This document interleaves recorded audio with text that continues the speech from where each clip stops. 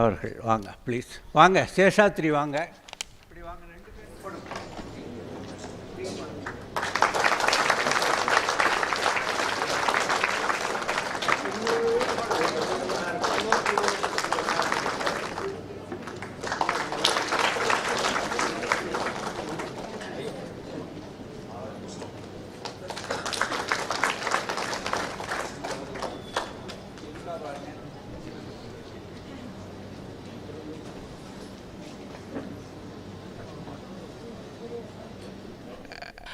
இவங்க அதை ரசித்து கேட்பாங்க.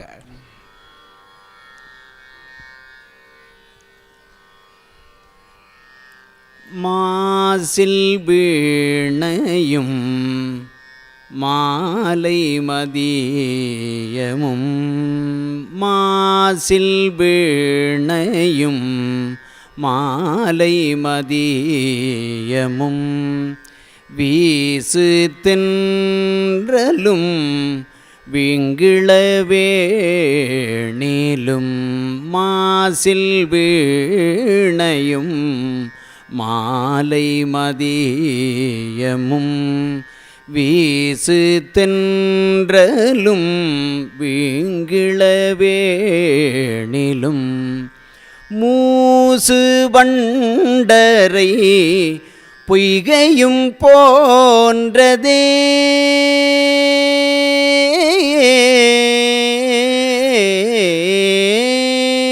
மூசு வண்டரை பொய்கையும் போன்றதே, மூசு வண்டரை பொய்கையும் போன்றதே, ஈசன் எந்தை இணையடி நீழலே, மூசு வண்டரை பொய்கையும் போன்றதே, ஈசன் எந்தை இணையடி நீழலே.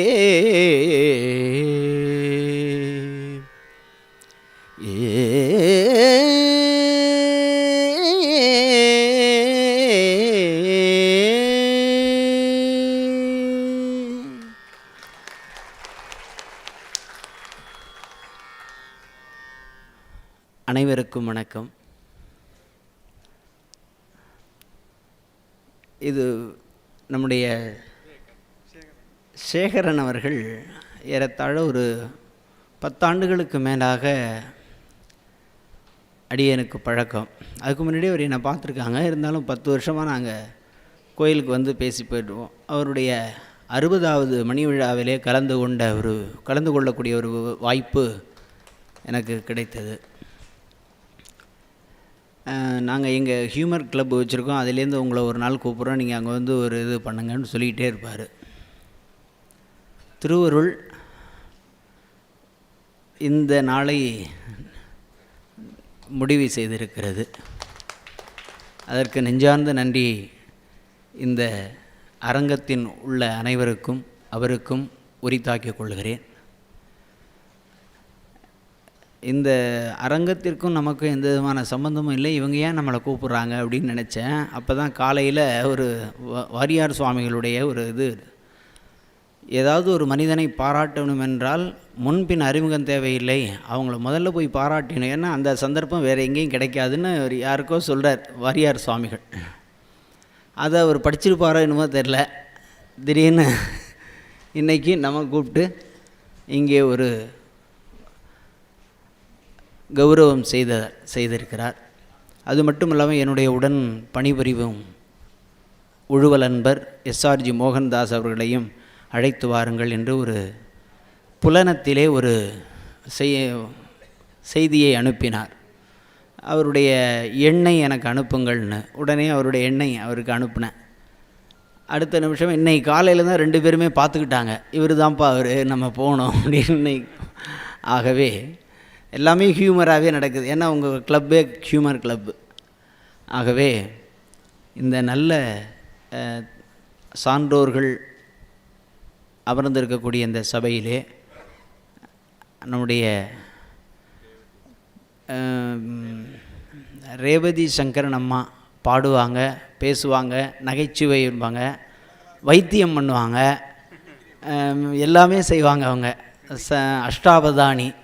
அவர்களை எதிர்த்த உடனே பார்த்த உடனே எனக்கு ஆக இவங்க உட்காந்துருக்காங்களா அப்படின்னு வந்தது. இருந்தாலும் அவங்கள்ட்ட நிறையா ஆசீர்வாதம் வாங்கிய பெருமை எனக்கு உண்டு. அந்த ஏறத்தாழ தருமபுரம் சுவாமிநாதன் ஐயாவுடைய மாணவி அவர்கள். அவங்க அடிக்கடி கூப்பிட்டு என்ன சொல்லுவாங்க, இந்த பாட்டு நல்லா இருக்குது அது இருக்குன்னு. அவங்களுடைய இல்லத்திற்கே சென்று ஆசீர்வாதம் வாங்கிய பெருமையும் இந்த நல்ல தருணத்தில் நினைவு கூறத்தக்கது பெருமையாக நினைக்கிறேன்.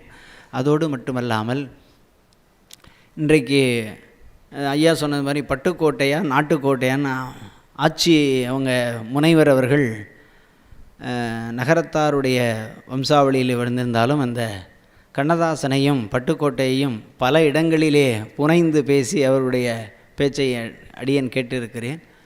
கம்பன் கழகத்தில் பழமுத்தப்பன் அவங்கெல்லாம் கம்பன் கழகத்தில் காரைக்குடியில் பேசும்பொழுது அடியேன் அந்த ஒரு இசையரங்கு கூட கம்பனுடைய பாடல்களெல்லாம் தொகுத்து வழங்கியிருக்கிறேன் ஒரு முறை. அப்போ அவங்களை நிறையா பார்த்துருக்க உண்டுது. ஆகவே இந்த நல்ல தருணத்திலே எளியேனையும் பொற்ற வீச நாய்க்கிடுமாறு அன்றே உன் பொன்னருள் என்ற மணிவாசக பெருந்தகையினுடைய வார்த்தையை மெய்ப்பிக்கும் வகையிலே இந்த நேரத்திலே அடியேனை அழைத்து கௌரவித்ததற்கு நெஞ்சாந்தனை உரித்தாக்கி விடைபெறுக. எல்லோரும் இன்புற்றிருப்பதை அன்றி வேறொன்றியேன் பராபரமே.